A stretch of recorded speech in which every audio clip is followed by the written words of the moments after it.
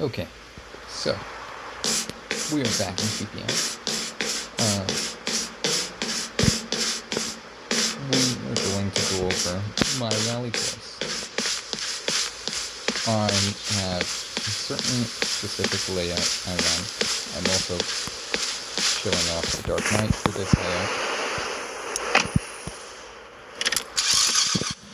We have a very certain course that we run out here in the desert. Now, it's 100% open course, so it's not blocked off by anything. It's not a closed course. There's no races where you can do this course. In order to do this course, you would have to know this course from watching me do it, watching one of my friends do it, or by the odd chance that you created it yourself as well as I did.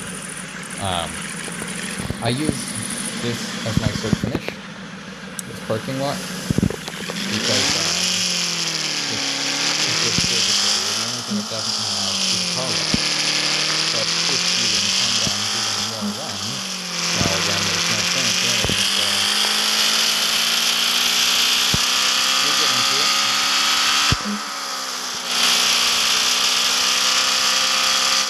This is my Dark Knight.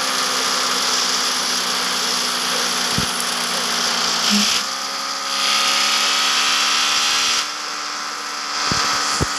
even getting bothered going up to fourth, just drop back down to third.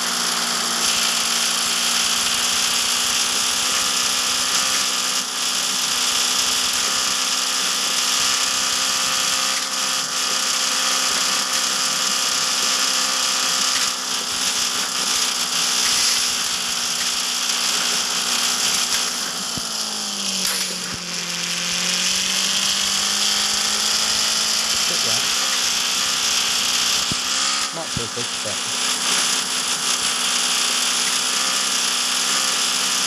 it's not like I have years of experience running this layout. It's just a layout I came up with just last week.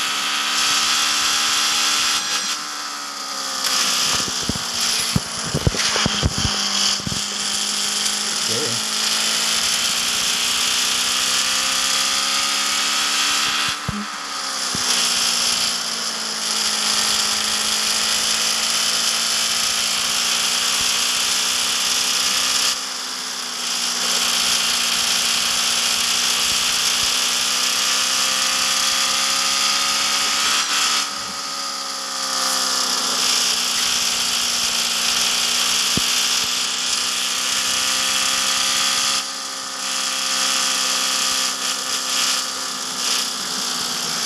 Overspeed.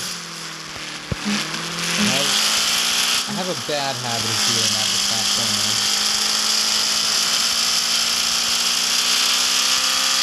I have a really bad habit of doing that with that corner. I don't know why.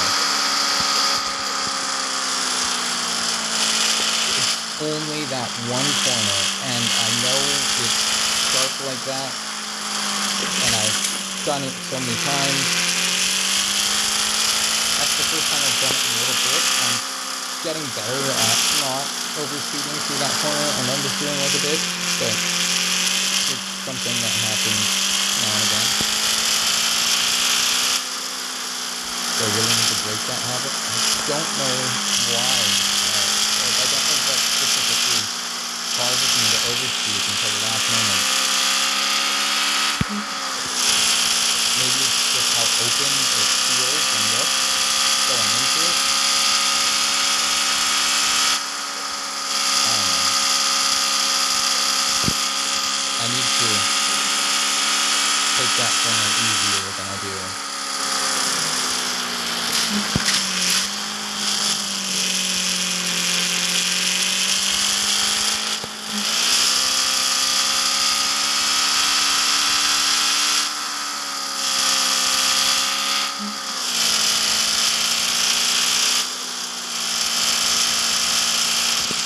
Now this jump on the right here, it is optional.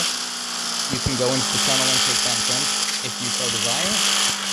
I personally avoid taking that jump, not because the car can't do it, not because it's a rough jump, but solely because I find that taking this little paved portion helps keep the balance between being on paved road and dirt road.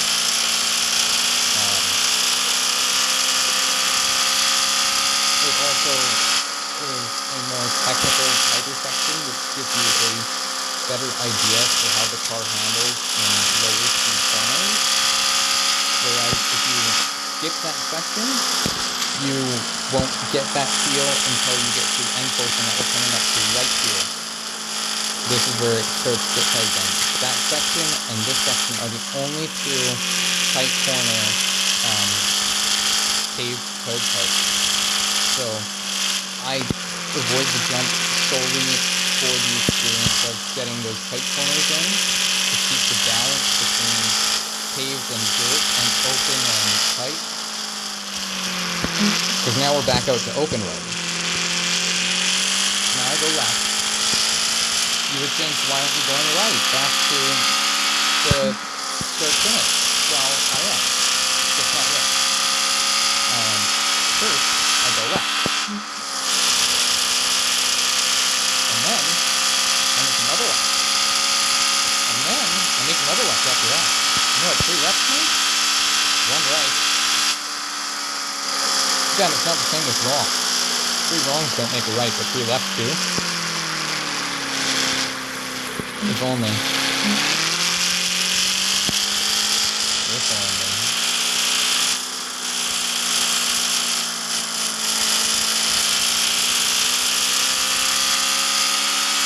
That sounds like a NASCAR, motto.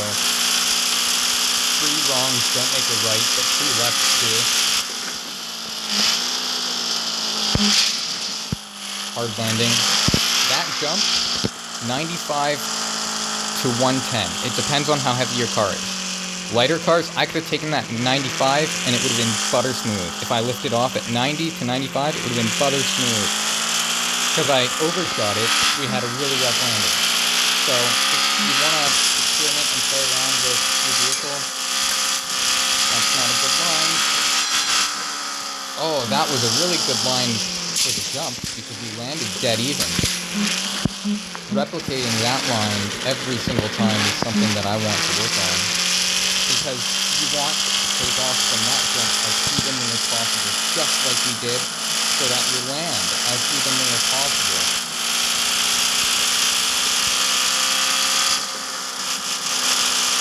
Because if you land with your front tires or your rear tires touching first, it will create a snap effect when the other axle hits.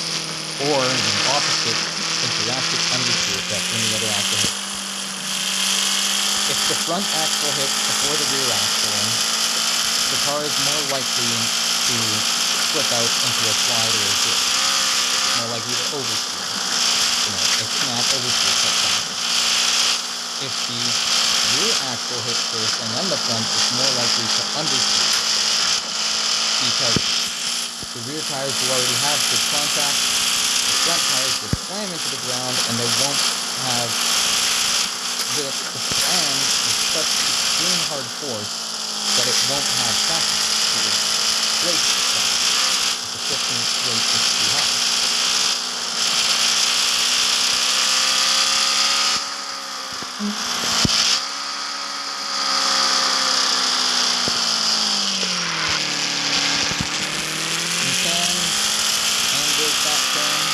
If you line it up right. My past 2 attempts of handbraking that turn, I haven't lined it up right, so I just skipped it.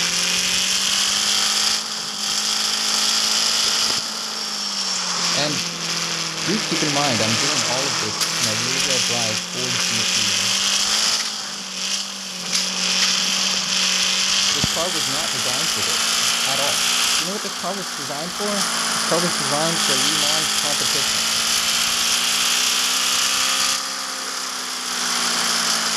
This car was designed for it. It was literally built and bred for running at a racetrack. What am I doing? I am taking it out into the fucking dirt. So I'm out here together and get fucking right. God damn it. I've been having problems getting into first gear with this car all morning. All morning.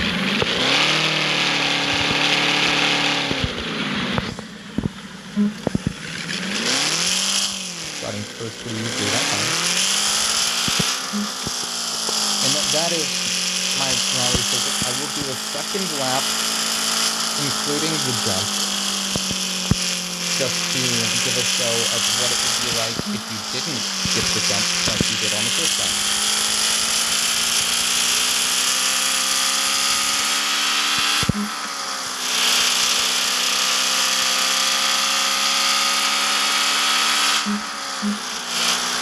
Bitch.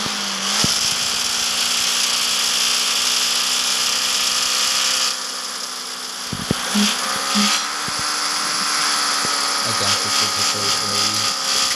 Never do that. Not even in the game, you just get straight the habit of doing it in real life. Why you don't seem to do it often, if at all. Well, you do seem to do it. I can't say if at all because I just fucking did it. But you won't see me do it often. I think this part is probably the roughest throughout the entire circuit.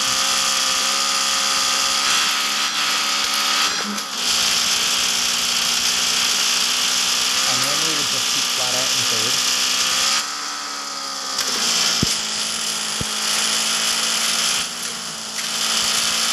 However, the lower RPM you land at, the less likely you are to put down mass amounts of friction on your landing and have your tires slip or understeer.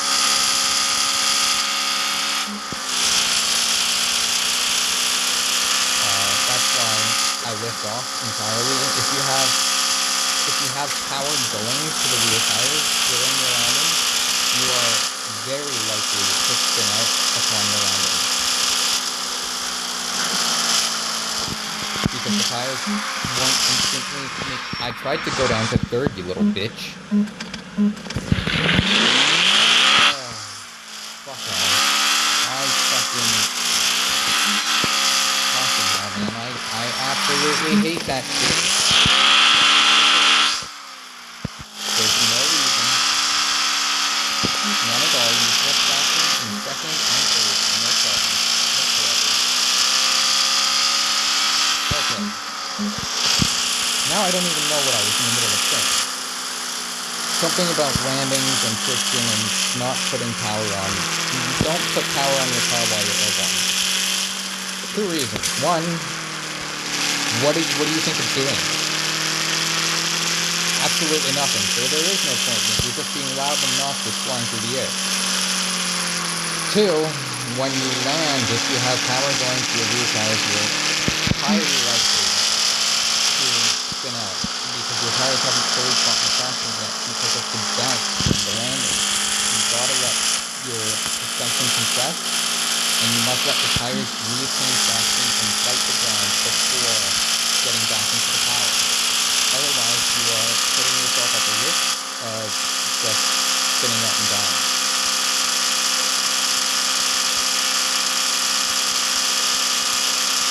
I could be going faster for that. I could be. How do I know? Because we weren't being pulled to the outside line. So clearly we could have stepped on the accelerating more. Because I was holding the G-force is fine. Why the fuck are you spinning out with the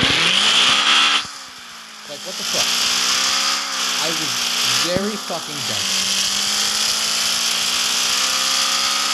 This is becoming an irritant. A very big irritant. Because we had none of these problems on the first lap, and the tires should not be that warm yet.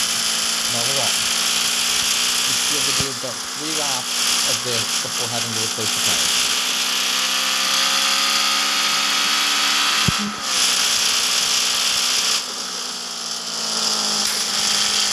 Very smooth. Now, another thing is, you always want to take off straight. Because if you take off at an angle, when you land, you will be landing at an angle, and that will already put you into your slide inevitably. There is no avoiding that. If you land sideways, you will be landing in a slide. If you cannot select or pull out of that slide before it starts to go into a spin, then you will end up spinning out. So it is always very important that when you're taking off from a jump, you want to be taking off in a straight line trajectory with your landing point. So you don't want to have to turn as you're taking off from the jump just to hit your landing point. You should always have a straight line trajectory and then you're taking off to landing.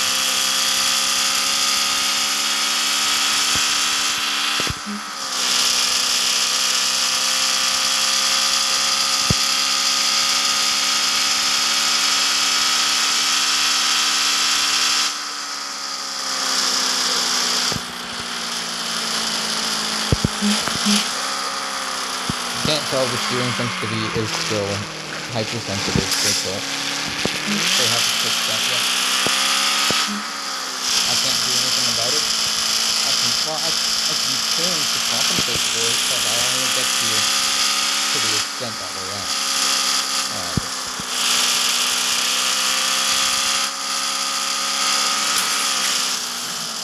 I did it again.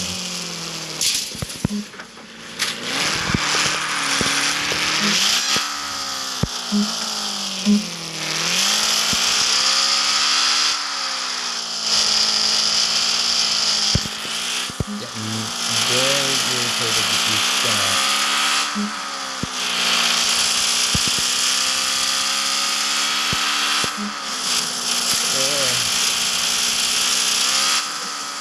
Close.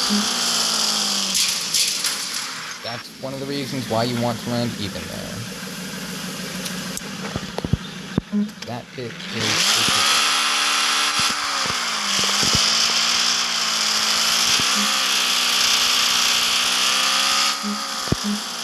which the devs should really address that. No landing should send you through the ground to the fucking afterworld. Like, I'm sorry, but that shouldn't be a thing. I think that's a pretty obvious conclusion we could come to, that you should not be falling through the ground even after landing from the jump. And I don't think that's too much to ask. Does anybody watching this think that's too much to ask? Am I asking too much? Is not wanting to fall through the ground asking too much? I don't think it is. I really don't. I think that's a very reasonable request to not fall through the ground.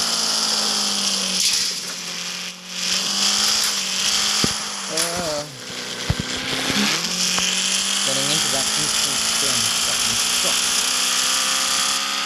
The second the wheel speed goes up, it's up and you have to wait for it to come down. Braking won't help. Braking will only make it worse. Because if you try to brake, your rear wheel speed will still be traveling faster than your front wheel speed. When you try to brake, even more so, your front wheel speed is going to be traveling even slower than the rear. Your front will slow down much faster than the rear, because the rear is spinning much faster than your front. And that will cause problems. Often, it will cause the problem of spinning out.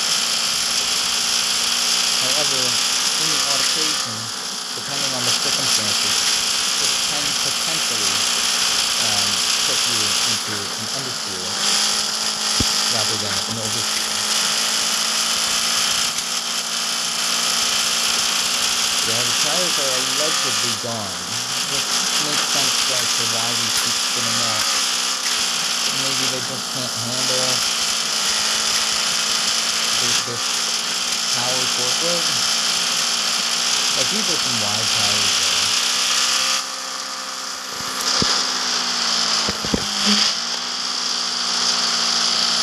Right. Too much. I shouldn't have double tapped. I should have left it at the single tap. But I felt like the single tap wasn't enough. And then the double tap turned to be too much.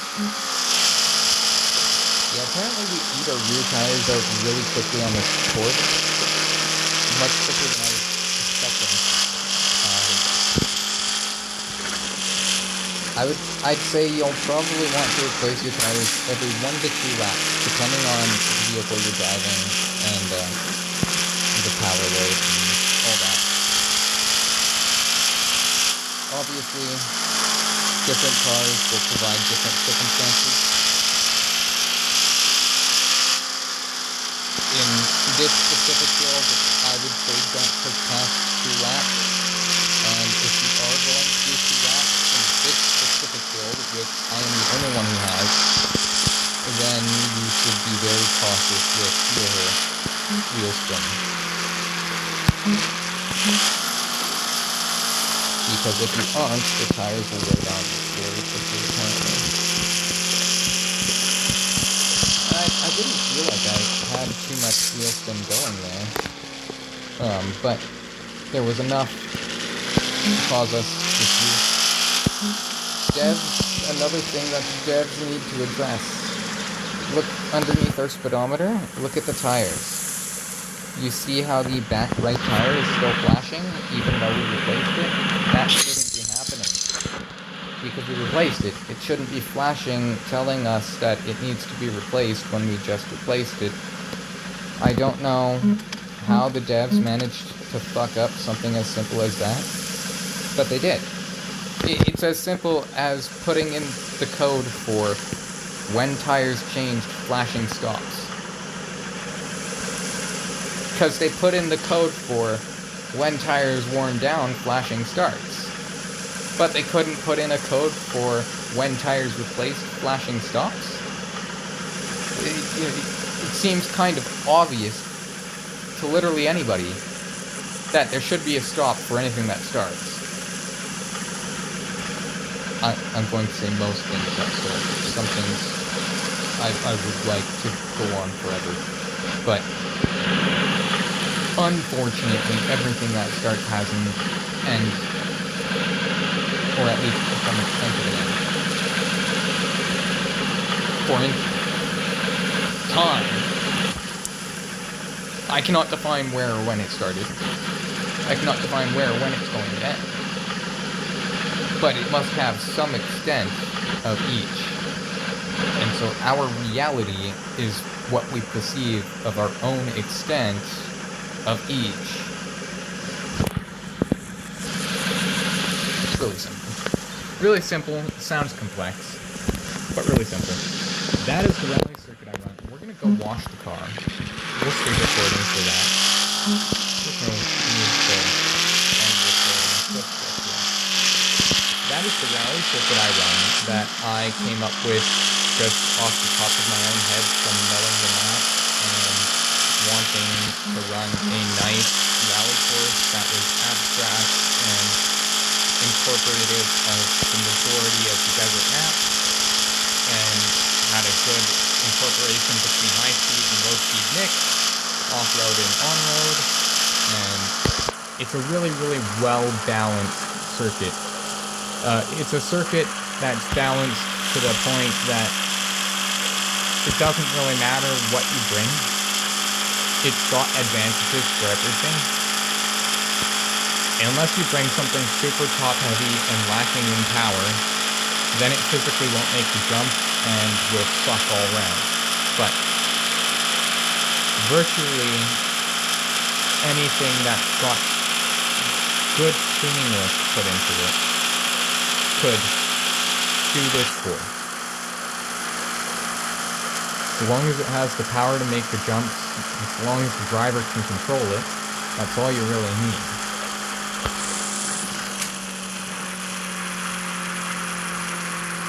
And no, I will not be exposing the tune on this GT. There are some cars that I don't mind exposing the tune on. This is one of the ones that I do mind exposing the tune on. Because if I expose the tune on this, then anybody and everybody could have my Rally GT tune. And I don't want that. I want this tune to be solely special to me.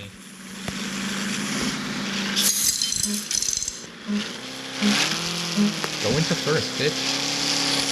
See? I've been having fun getting it to go into first all fucking morning. For the car wash, note this. If you have a manual and you pull up and you're fully clutched in, it will lock the clutch in place. Wherever you have the clutch set, when it activates the car wash, the clutch will lock in place to that point.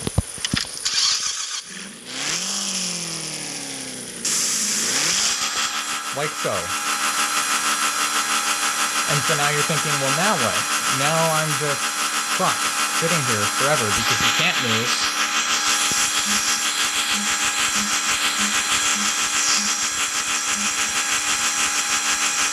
It only goes up to third. Like, you're pretty fucked, right? Okay, engine off, engine back on. Right? And so you're thinking, well, how do you get out of it? You get out of your car, you get back into your car, and now you can move again. Now, if you want to avoid having to get out of your car and get into your car, I'll show you how you do that when you get some shirt on there.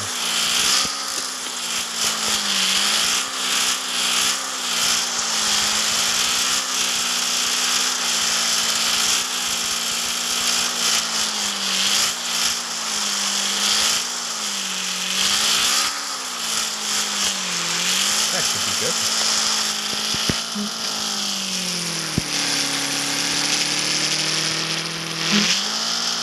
Hey, we got into first. It's a miracle.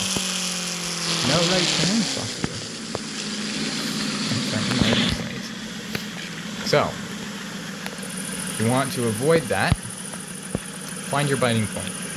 Now, if you don't know where your biting point is, slowly reduce RPM. Slowly release your clutch until you see it start to pull the RPMs down, and you'll feel the car start to move forward, or try to move forward. If you go too far into the biting point without applying throttle, you will stall. This is how manuals work. The clutch is just a plate in between your engine and transmission. And when you put it down, that plate closes and goes from your engine to your transmission and connects the two. When you put it up, pulls the two apart. So it's very, very simple to understand that when the clutch is disconnected, it's fully connected to the transmission. This is partial connection, where it's partly connected to the transmission, partly connected to the engine. And that's where your biting point is where it starts to first, where that plate starts to first connect to the transmission. That's what the biting point is. So, in this, right there's my biting point. Just a little bit over that. Right there. And if you're smooth enough with your clutch, and you're delicate enough like I am, you can take off without using any accelerator, like we just did. Not every car will have the power to do this. There are circumstances to where the gear ratio is longer than what the biting point can put down power to. Because when your engine is running, you're generating power, right?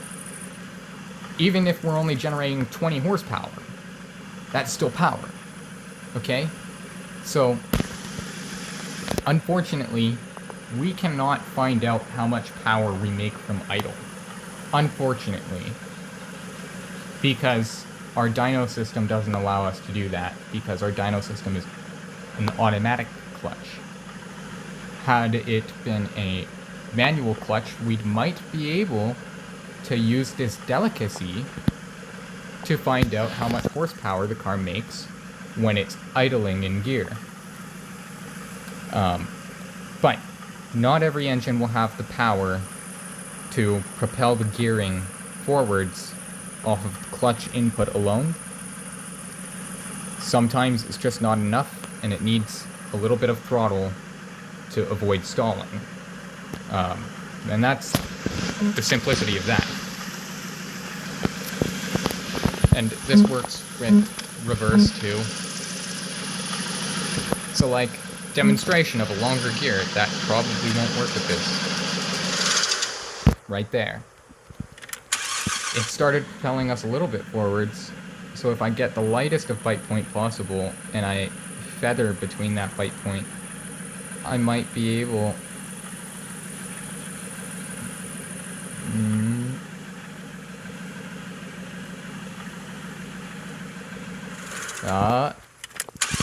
You could. You very much could accelerate like this to the idle speed of that second gear. However, it's very difficult because the gear is so much longer. Go to something like 5th gear. And the gear is too long, and the engine doesn't have the power to propel it forwards. So, depending on the gearing and engine setup, not all cars that are manuals can take off using the clutch alone. Most of the time you can. Most of the time, especially from factory spec, most of the time you can. Now, if you tune your final drive ratio, which controls all of your ratios, to be as long as possible, and your first gear to be as long as possible, and you have a less powerful engine, you might struggle to avoid stalling in first gear without applying the accelerator. And that extent can be brought forth even more, so that even if you are applying the accelerator, the gearing is still so long that the engine doesn't have the power to propel it forwards. Now, another thing I should mention, propelling yourself forwards from a stop is much more torque-based than it is power. I'm saying power, but I'm referring to the torque measurement of power. Horsepower and torque are both the same thing in reality. They're just different units of measurement.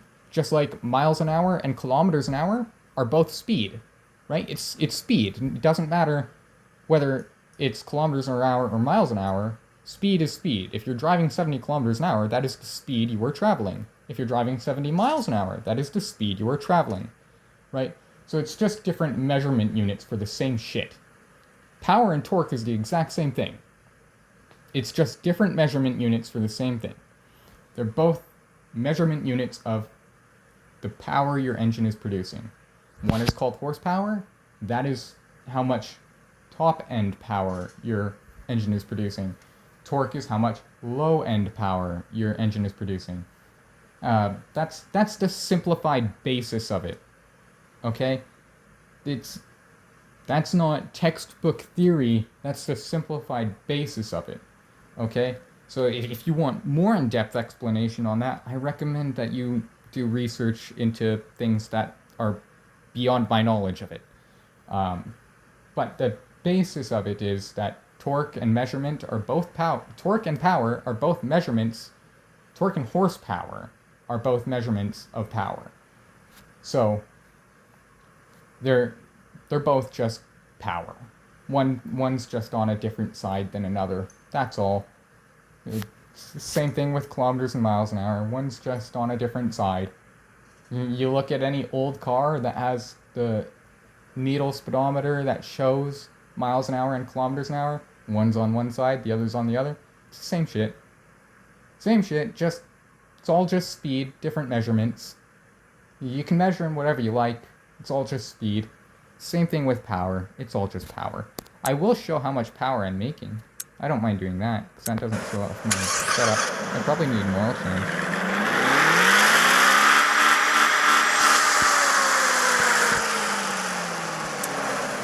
This is my dyno graph. The red line is horsepower. The yellow line is torque.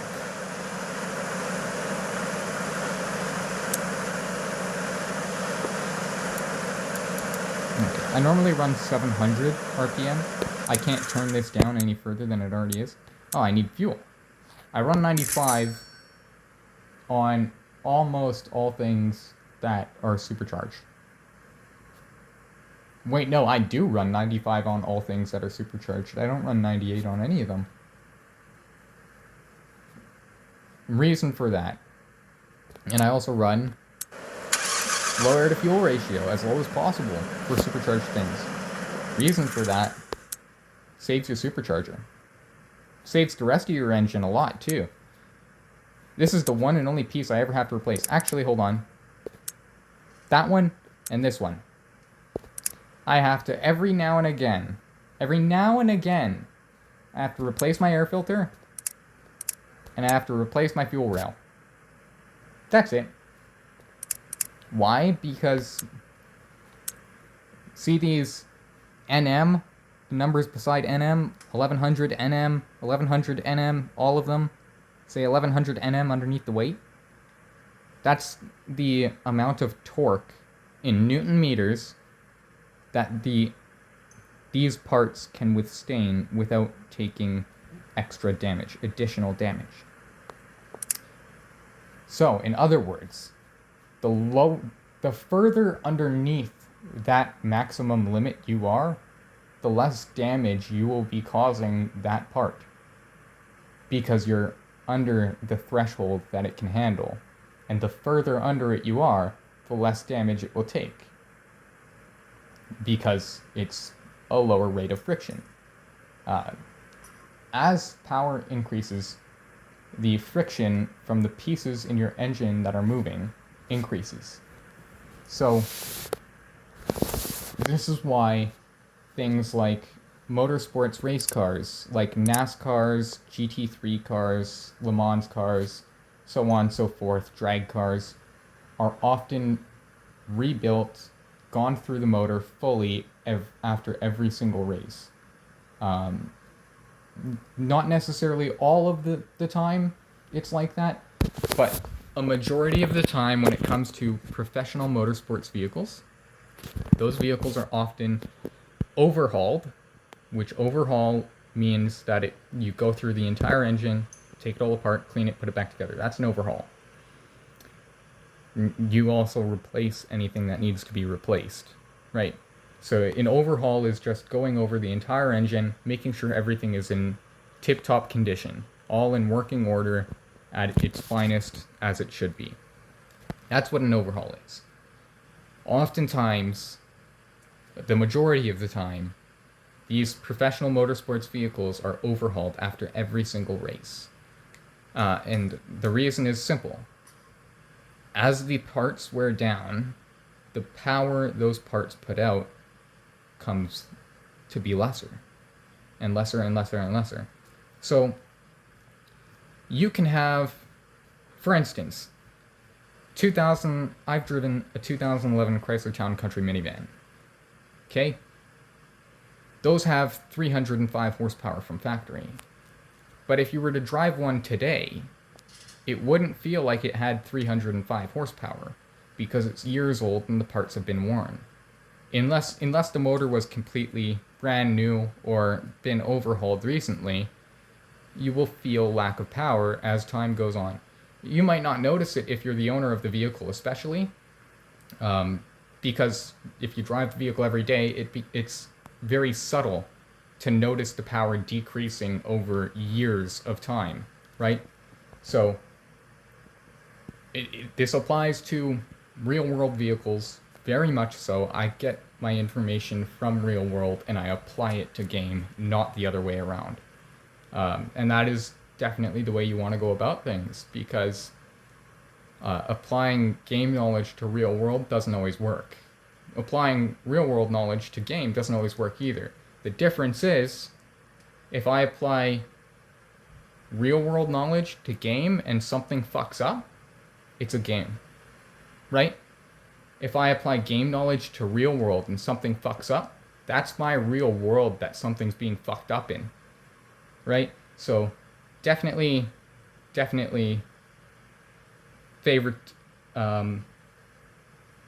applying real world knowledge to game over applying game knowledge to real world, because if the knowledge you're applying doesn't match what you're applying to and something goes wrong, It's far better to have that something go wrong in a video game than it is to have that something go wrong in the real world, right? So, saves you lots of time, saves you lots of money, saves you lots of stress, probably saves you lots of frustration and anger. So I definitely recommend applying real world knowledge to game instead of applying game knowledge to real world. Just going through my garage quickly. This is it's mine, but it's not mine. It's mine, but I'm giving it to a friend. I am the original owner. I did build it and paint it entirely myself. Very nice Camaro. Was very, very loved. Is very, very loved. It was extremely popular until the ZL1 came out. As soon as that ZL1 came out, everybody turned a blind eye to this SS. Everybody. But before that ZL1 came out, people were offering me $50 million for this SS. I was getting trades for 5K gold cars. And I was getting offers for 40 to 50 million on an average. That was like... built this car maybe a year ago? Maybe 2 years ago? I don't know. I've had it for a long time. It's actually really low mileage for how long I've had it. When you consider that I've had the car for over a year, I know I've had it for over a year. 100% I know I've had it for over a year. That's not even a question in my mind. When you consider that I've had it for over a year and it's only got just under 1,100 kilometers on it, that's really good. That's really good. This also is not mine. This is something that I built upon request from an acquaintance. So that's waiting to be sent off. The Camaro's waiting for my friend to make his decision on whether he wants me to turn it into a rally tune or not, in which the Camaro's fully set in, it's dialed in, it's ready to go. All I would have to do is retune the suspension. The transmission is sufficient for rally and street. It's got a good 6-speed in it. Dialed in ratios is really solid. It used to be I only recently swapped in a new 6-speed from the 6-speed that it did have. The 6-speed that it used to have, I only actually just pulled it out either yesterday or the day before.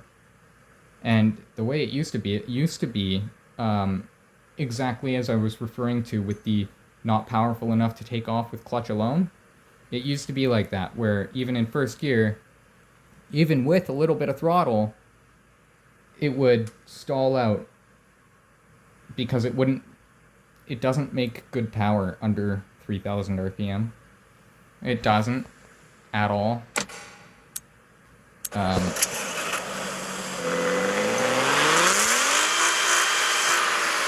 It makes good power.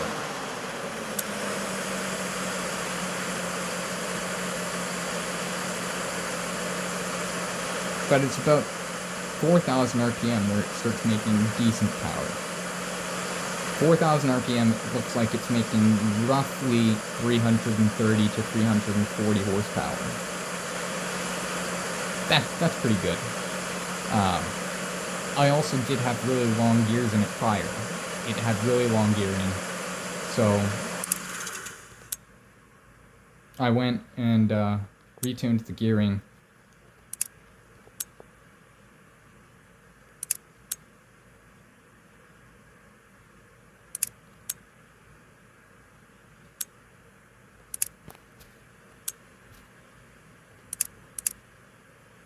We'll be honest, I don't think I've ever done any engine maintenance to this car.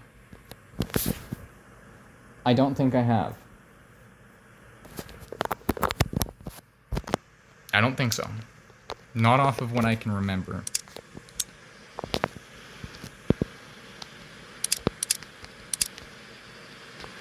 I know the supercharger, that's original, never been replaced. My superchargers never wear down.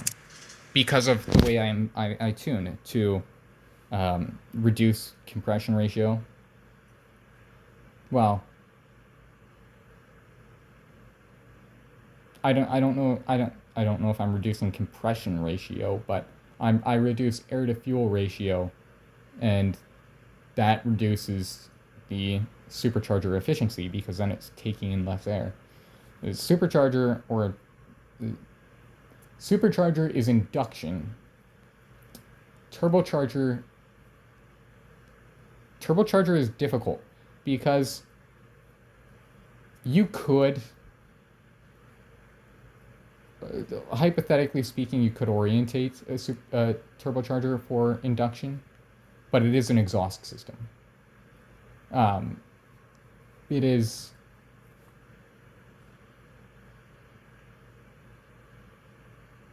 it's kind of both induction and exhaust, but it's classified induction more so than exhaust. It's forced induction, which is additional boost that the engine was not generating naturally. So something without boost or aspiration would be naturally aspirated. Forced induction, we refer to that as aspiration. So naturally aspirated, that's pure engine. Forced induction means it has a supercharger or a turbocharger.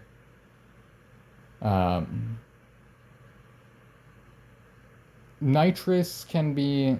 I don't know much about nitrous because I don't like nitrous. For one, nitrous is dangerous. In real world, nitrous is dangerous. Very dangerous. If you don't know what you're doing, you can die. You can watch your car burn up into a ball of flames. You could burn up into a ball of flames in your car if you don't know what you're doing with nitrous. And even if you do know what you're doing, accidents happen. And when it comes to nitrous, accidents are often extremely destructive with nitrous. Accidents with nitrous often result in fires and often result in cars being burned to the fucking ground. So I'd prefer building engine power rather than using an additive fuel. Because that's all nitrous is. It's just a faster burning fuel. But I'm not a nitrous specialist or any of that. I'm not a mechanic. I'm just a guy that studies physics and likes tuning cars and likes playing with cars. But I've studied physics on cars, mainly on how they work in driving fashion, how to operate vehicles, how the physics of operating a vehicle works, how the tires connect to the ground, how the engine connects to the transmission, how the transmission connects to the tires, so on and so forth. But yeah, nitrous is dangerous. I don't recommend it. I avoid it in video games because I don't support it in real world. And I am very much that type of person that if I don't support it in real world, I don't support it in game. Because why would I support something somewhere else if I don't support it anywhere else in my real world? It doesn't make sense. I try to be logical. And you'll probably notice that with my tunes. They're all logically sound. And because I follow physics of realism, real world physics, my tunes are all very, very, very smooth. I don't like bragging or making myself sound anything more than I am, but I have had many people tell me that I am the best tuner around. So it's been said to me many times in the past. It's not something I like to go out shouting about and praising, but it is pretty accurate that I am a very highly skilled tuner, in terms of mobile games at least. I can't tune cars real world. I can tell you how, well, not how, but what it needs. I can drive the car and tell you what it needs to benefit, right? I understand the physics of driving. I don't understand the mechanics of building. Those are two different things. I understand the base bits of mechanics of building, but I couldn't tell you how each of the parts function. I could tell you the base ideology, like a supercharger, is induction, and it forces air into the engine intake at a faster rate of speed. It's forced induction. It adds more power. It's just simply, in best, most simple terms, it adds more power and it affects the engine sound. Well, not necessarily engine sound, but exhaust sound, I should say. Because the engine is still technically making the same noises it was making before, you've just added something else that is now making other noises into it. So, yeah. Don't want to go on rambling for too long, but I did want to get some of that stuff just put out there for knowledge's sake, I guess. I should get to the last few vehicles in my garage here. That way we can see my beautiful State Patrol truck, State Patrol SLR, and we'll quickly just breeze through what I have in my city garage right now. And I do still have some of the cars that aren't here. I have moved some of them onto my second account. Like my E60. Anybody who has been around will be wondering where my E60 is. My E60 is on my second account. This is my Falcon XB GT. I think I bought it yesterday and tuned it yesterday. I know I tuned it yesterday. I don't know when I bought it. This is my SXT Charger I built very recently. This C8 I just built literally this morning. C8 Stingray. Just did some black trim around the spoiler and make it look nice. Give it those like stinger tail type vibes, whatever. My 1969 Charger. For anybody who doesn't know the difference between a 1969 Charger and a 1970 Charger, I'm going to point it out to you real simple right here. You see that split in the dead center of the grille in between the headlights? That split means it's underneath 1970. It's 69 or older. Okay? So it's 69 to 68. If it doesn't have that split and it's open in the center like this is, that is a 1970 or newer. So it's 1970s or up. Whereas with the split is 69 or under. So that's how you tell the difference for that. I am a general vehicle enthusiast. I don't know everything about everything, but I know some things about some things. I know that was kind of confusing.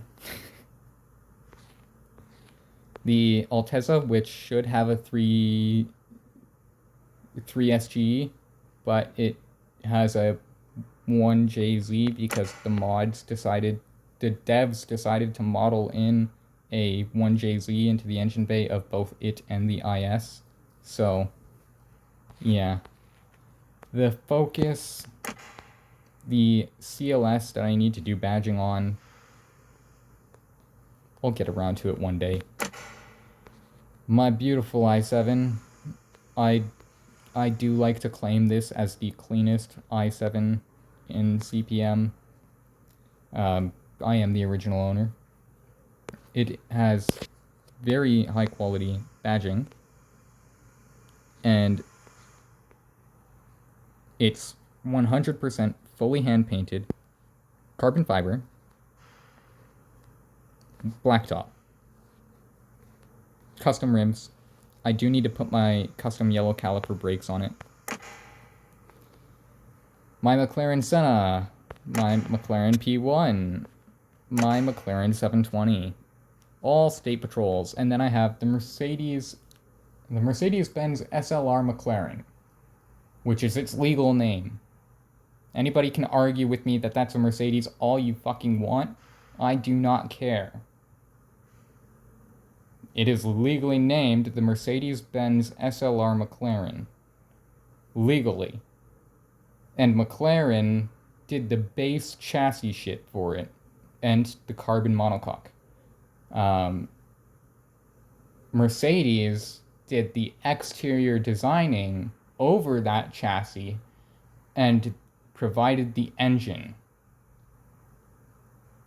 I don't know any other details on who did what. Okay? I know McLaren provided the chassis and carbon monocoque. But Mercedes did the exterior styling and provided the engine. I don't know anything past that. I imagine the active aero spoiler was probably something from McLaren's pitch. Because Mercedes doesn't do active aero spoilers like hardly ever. Very, very rarely. I could be wrong, but from my knowledge, the first Mercedes to have an active aero spoiler was the SLS. I could be wrong. I haven't specifically researched into that, but as far as I know, and as far as I know, the only other two Mercedes to have active aero spoilers would be the AMG GTR and the SLR.